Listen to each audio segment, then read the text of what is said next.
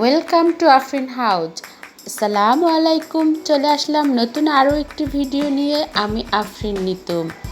আজকের রেসিপি টক ঝাল মিষ্টি চালতার আচার। তাহলে চলুন দেখে আসি রেসিপিটি। আমি প্রথমে চালতাগুলো কেটে নিব।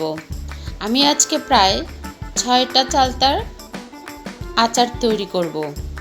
চালতাগুলো প্রথমে দুভাগ করে কেটে নিব, তারপরে আবার এক একটার দুভাগ করে বাটিগুলো বের করে নিব, ঠিক এরকমের। ভালোভাবে পরিষ্কার করে নিব। আপনারা চাইলে প্রথমে পানি দিয়ে ধুয়েও নিতে পারেন, কিন্তু আমি কাটার পরে ধুবো।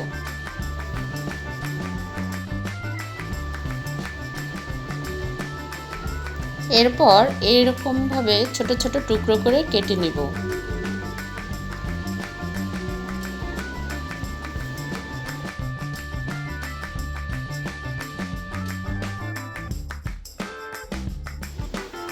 এবার চালতার পিছনের ছোলাটা ছিলে নিব।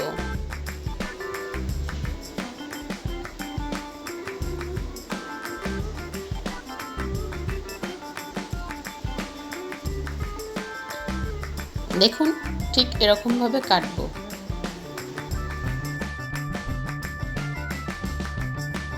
ঠিক এভাবে আমি সবগুলো চালতাই কেটে নিব।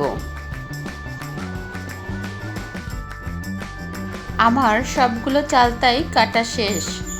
আমি চালতাগুলো কেটে ভালোভাবে ধুয়ে পরিষ্কার করে পানি ঝরিয়ে নিয়েছি। এখন আমি এগুলোতে সামান্য লবণ ও সামান্য হলুদ দিয়ে মেখে 10 মিনিট পানিতে সেদ্ধ করে নিব। আপনারা চাইলে সেদ্ধর পূর্বে একটু হালকা কিছুক্ষণ রোদ্রে শুকিয়ে নিতে পারেন, তবে আমি তা করব না। আমার সিদ্ধ করা হয়ে গেছে। আমি এখন পানি ঝরিয়ে ঠান্ডা করে নিব। আমি চালতাগুলো একটি শিলপাটা দিয়ে এভাবে একটু থেতলে নিব। দেখুন, আমার চালতাগুলো আমি এরকমভাবে থেতলে নিয়েছি।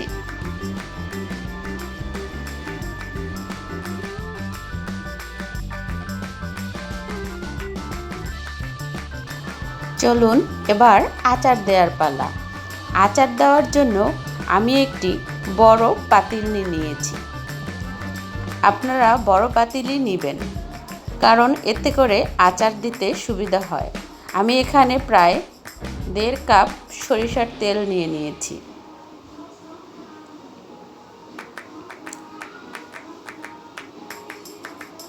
তেলটা একটু গরম হলে এতে দিয়ে দিব কয়েক টুকরা দারুচিনি ও এলাচ। হালকা একটু তেলে ভেজে নিব। এবার এতে দিয়ে দিব চালতাগুলো।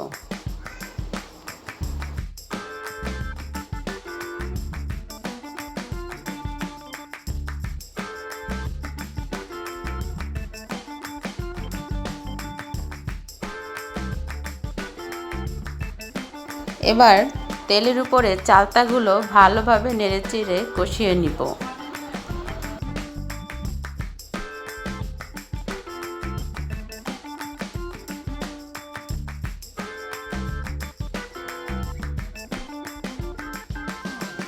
এরপর এর মধ্যে দিয়ে দিব 1 টেবিল স্পুন রসুন বাটা।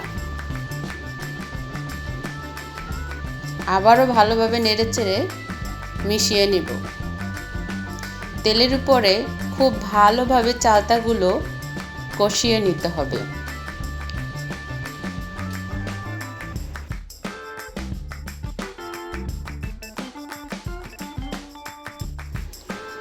এবার এতে দিয়ে দিব স্বাদমতো লবণ। লবণটা একটু বুঝে শুনে দিতে হবে, কারণ সেদ্ধর সময় আমরা একবার লবণ দিয়েছি, তাই পরিমাণ মতোই লবণটা দিতে হবে। এবার দিয়ে দিচ্ছি 1 চামচ মরিচের গুঁড়া। আপনারা যদি কাশ্মীরি মরিচের গুঁড়াটা পান তাহলে সেটা দিবেন। এবারে আমি এতে দিয়ে দিচ্ছি প্রায় 1.5 কাপ আখের গুড়। আজকে আমি আচার তৈরি করতে আখের গুড় ব্যবহার করব। আপনারা চাইলে চিনিও ব্যবহার করতে পারেন, তবে গুড় দিয়ে আচার তৈরি করলে সেটার রং এবং স্বাদ একটু বেশিই মনে হয় আমার কাছে। যে যে রকমের মিষ্টি খেতে পছন্দ করেন আপনারা সেই অনুপাতে মিষ্টি দিবেন। আরও দিয়ে দিচ্ছি 2টো তেজপাতা। আমি শুরুতেই তেজপাতা দিতে ভুলে গিয়েছিলাম, তাই এখন দিয়ে দিয়েছি। আমি এতে আরও দিয়ে দিচ্ছি প্রায় 1 টেবিল চামচ ভিনেগার। ভিনেগারটা দিলে আচারটা অনেক দিন সংরক্ষণ করা যায়। আমি আবারও একটু নেড়েচেড়ে সব কিছু মিশিয়ে নিচ্ছি। আমার আচারটা প্রায় হয়ে এসেছে, দেখুন পানি প্রায় শুকিয়ে গেছে। আমি আচারে দেওয়ার জন্য একটি তাওয়াতে 1 চামচ মৌরি, 1 চামচ ধনিয়া ও 1 চামচ জিরা এবং কিছু পাঁচফোড়ন দিয়ে দিচ্ছি। এগুলো একটু হালকা তেলে গুঁড়ো করে নিব এবং আরও কিছু শুকনো মরিচ তেলে গুঁড়ো করে নিব। ঝালটা আপনারা যে যেরকমের পছন্দ করেন সেই অনুযায়ী নেবেন। আমি এখানে এতগুলো সবগুলো দিব না। দেখুন আমার আচারের থেকে তেল ভেসে উঠেছে, তার মানে আমার আচার হয়ে এসেছে। এখন আমি এতে দিয়ে দিব গুঁড়ো করে রাখা মশলাগুলো। এগুলো দিয়ে কিছুক্ষণ আমি নেড়েচেড়ে মিশিয়ে নিব।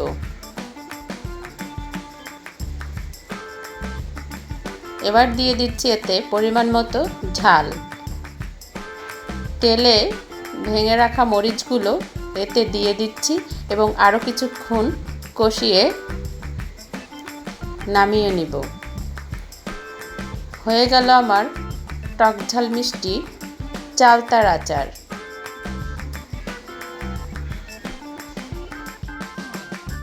দেখুন আমার আচারটা কি সুন্দর রং হয়েছে, দেখলেই খেতে ইচ্ছে করবে। আপনারা বাসায় এভাবে সংরক্ষণ করে অনেক দিন খেতে পারবেন। হয়ে গেল আমার টক ঝাল মিষ্টি চালতার আচার। ভালো লাগলে অবশ্যই একটি লাইক, শেয়ার এবং সাবস্ক্রাইব করতে ভুলবেন না। ধন্যবাদ।